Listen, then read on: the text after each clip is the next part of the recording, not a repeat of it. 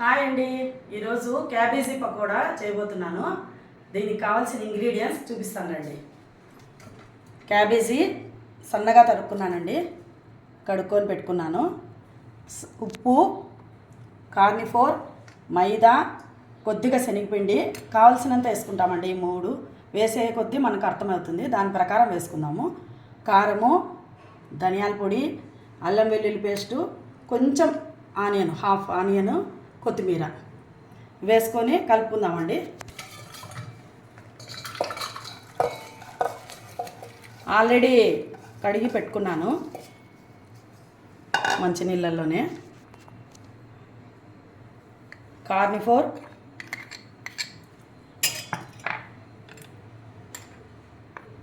మైదా, 1 table spoon శనగపిండి. శనగపిండి వేసుకుంటే కొద్దిగా స్మూత్గా ఉంటుందండి, కాబట్టి శనగపిండి కూడా వేసుకుంటున్నాను. 1 స్పూన్ ధనియాల పొడి, ఫుల్ స్పూను కారం పొడి, ఇంకొద్దిగా కూడా పడుతుంది, వేసుకోవచ్చు. అల్లం వెల్లుల్లి పేస్టు, ఆనియన్, కొత్తిమీర అండి. ఈ మూడింటిని కొద్దిగా నీళ్ళు వేసుకొని చూద్దామండి కలిపి. ఫస్ట్ అంతా కలుపుకుందాము, తర్వాత కొంచెం నీళ్ళు వేసుకొని కలుపుకుందాము. ఈ క్యాబేజీ పకోడా, క్యాబేజీ తాలింపు చాలామంది తినరండి, పిల్లలు కూడా తినరు. పెద్దవాళ్ళు అయితే స్మెల్ వస్తుందని చాలామంది తినరు. అలాంటి వాళ్ళకి ఫ్రై చేస్తే తినరు, కాబట్టి ఈ విధంగా చేసి పకోడాలాగా పెడితే ఊరికే తింటారండి, ఈజీగా ఉంటుంది. ఏం పెద్ద ఇంగ్రీడియంట్స్ గోబీకి వేసినట్లే అండి, ఏం పెద్ద ఇంగ్రీడియంట్స్ ఏం లే, ఇంట్లో ఉండేవే. వాటర్ వేసుకున్నామండి, కొద్దిగా వేసుకొని కలుపుకుందాము.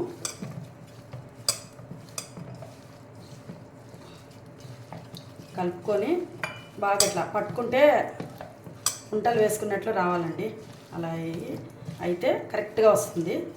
కార్న్ఫ్లోర్, ఆ మిగిలిన కార్న్ఫ్లోర్ కూడా వేసుకుందాము. వేసుకొని కలుపుకుందాము. ఇంకొంచెం పట్టేట్లుందండి కార్న్ఫ్లోర్, కలుపుతాను, అర్థమవుతుంది. ఇది ఎక్కువ లూజ్గా కలుపుకోకూడదా? పకోడాకి లూజ్గా కలుపుకోకూడదు, ఇట్లా పకోడాలాగా వేసుకోవాలన్నమాట. లూజ్గా పట్టుకుంటే ఆయిల్ అంతా పీల్చేసుకుంటుంది. మరీ గట్టిగా ఉండకూడదు, లూజ్గా ఉండకూడదు, మీడియంగా ఉండాలా. ఇట్లా పట్టుకుంటే వేసే విధంగా ఇట్లా ఈజీగా వేసే విధంగా ఉండాలి.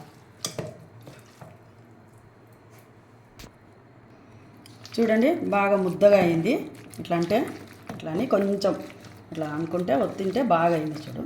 ఇప్పుడు కొద్దిగా తీసుకొని పకోడాలాగా వేసుకుందామండి. ఉంటల్లాగా లేకుండా కొద్దిగా లైట్గా ఇట్లా వదులుదాం.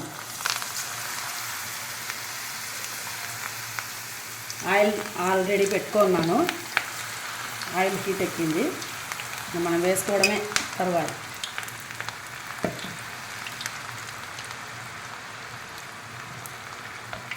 కలర్ వేయలేదండి ఈరోజు, నేను వాడలేదు. ఇంకోసారికి ఈసారి ఎప్పుడన్నా యూజ్ చేస్తాను, ఇప్పుడైతే కలర్ వాడలేదు నేను.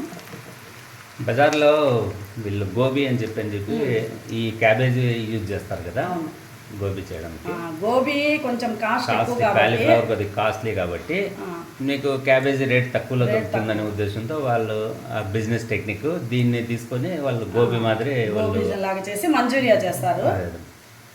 కానీ గోబీ టేస్ట్ వేరే ఉంటుంది. మంచూరియా చేసి వాళ్ళు అంతా సాసులు వేసి అదంతా చేస్తారు. నాకైతే సాసులు వేసేది గోబీ టేస్ట్ వేరే ఉంటుంది. కాలీఫ్లవర్ వేరే ఉంటుంది, క్యాబేజీ టేస్ట్ వేరే ఉంటుంది.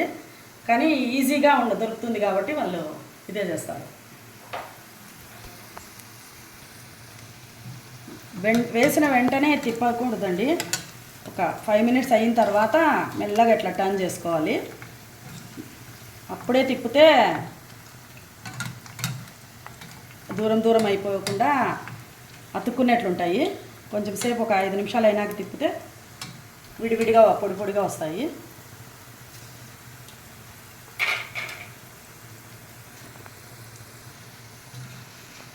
బేకరీలో రాది కాకరకాయ చిప్స్ దొరుకుతున్నాయి కదా ఇప్పుడు. అవును. తర్వాత ఆలు చిప్స్ కూడా దొరుకుతున్నాయి.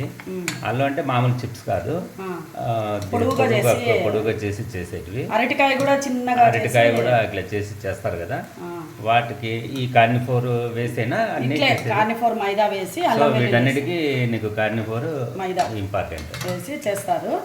కాకపోతే కొంచెం స్మూత్గా కూడా ఉంటుంది, గట్టిగా కొంచెం సేపు అయినాక గట్టిగా అవుతాయి. కాబట్టి కొంచెం శనగపిండి వేస్తే స్మూత్గా ఉంటుందని ఈ మధ్య నేను అయితే శనగపిండి వేస్తున్నాను. కొంచెము రెడీ అయినాయి చూడండి.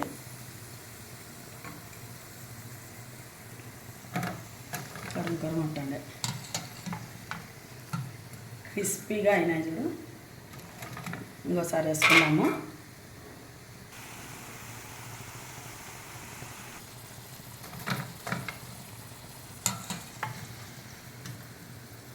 స్టవ్ కట్టేసుకున్నామండి. ఇంకా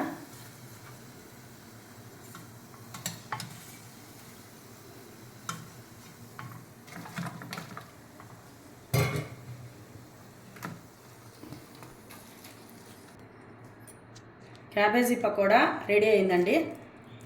చూడండి ఎంత క్రిస్పీగా ఉందో, సౌండ్ చూడండి ఎంత బాగా కరకరా ఉందో.